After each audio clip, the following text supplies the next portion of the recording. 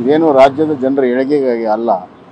ಹೀಗಾಗಿ ಎರಡನೇದ್ದು ನಾವು ಅರ್ಥ ಮಾಡ್ಕೊಳ್ಳಿ, ಡಿಸೆಂಬರಲ್ಲಿ ವರದಿ ಕೊಡಬೇಕು ಅಂತಾರೆ ಮುಖ್ಯಮಂತ್ರಿಗಳು.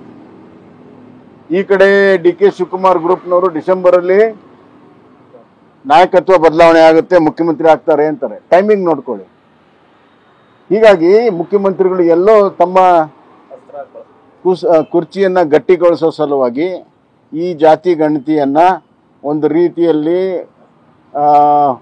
ರಾಜಕೀಯ ಅಸ್ತ್ರವಾಗಿ ಬಳಕೆ ಮಾಡ್ತಾ ಇದ್ದಾರೆ ಅಂತ ರಾಜಕೀಯವಾಗಿ ಪರಿಣಿತರು ಮತ್ತು ಕಾಂಗ್ರೆಸ್ಸಿನ ಹಲವಾರು ನಾಯಕರು ಚರ್ಚೆ ಆಗ್ತಾ ಇದೆ. ಅದು ಮೇಲ್ನೋಟಕ್ಕೆ ಸತ್ಯ ಅನಿಸ್ತದೆ. ಸರ್, ಈಗ ಲಿಂಗಾಯತ ವಿಚಾರದಲ್ಲೂ ಅಷ್ಟೇ ಪ್ರತ್ಯೇಕ ಧರ್ಮದನ್ನ ಲಿಂಗಾಯತ ಅನ್ನುವಂಥದ್ದು ಮಾಡಿ ಅಲ್ಲಿ ಕೂಡ ಗುರುತಿಸಿಕೊಳ್ಳುವಂತವ್ರಿಗೆ ಅವಕಾಶವನ್ನು ಮಾಡಿಕೊಡ್ಲಾಗಿದೆ. ಇದನ್ನ ಹೇಗೆ ನೋಡ್ತೀವಿ? ವೀರಶೈವ ಲಿಂಗಾಯತ ಧರ್ಮ ಅಂತ ಬರ್ಸಿ ಅಂತ ಅಭಿಯಾನ ಮಹಾಸಭೆನೇ ಮಾಡ್ತಾ ಇದೆ ಸರ್. ಈಗ ಮಹಾಸಭೆ ಸಂಪೂರ್ಣವಾಗಿ ಕಾಂಗ್ರೆಸ್ ಮಯ ಆಗಿದೆ.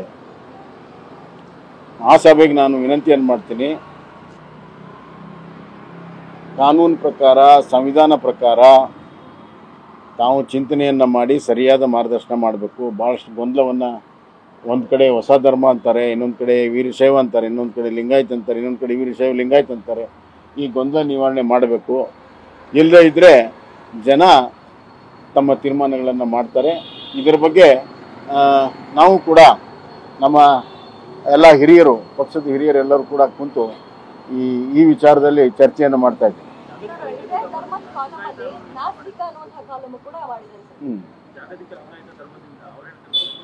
ಅದು ನಾಸ್ತಿಕ ಕಾಲಮ್ ಸಿದ್ದರಾಮಯ್ಯಗೋಸ್ಕರ ಮಾಡಿರ್ಬೋದು.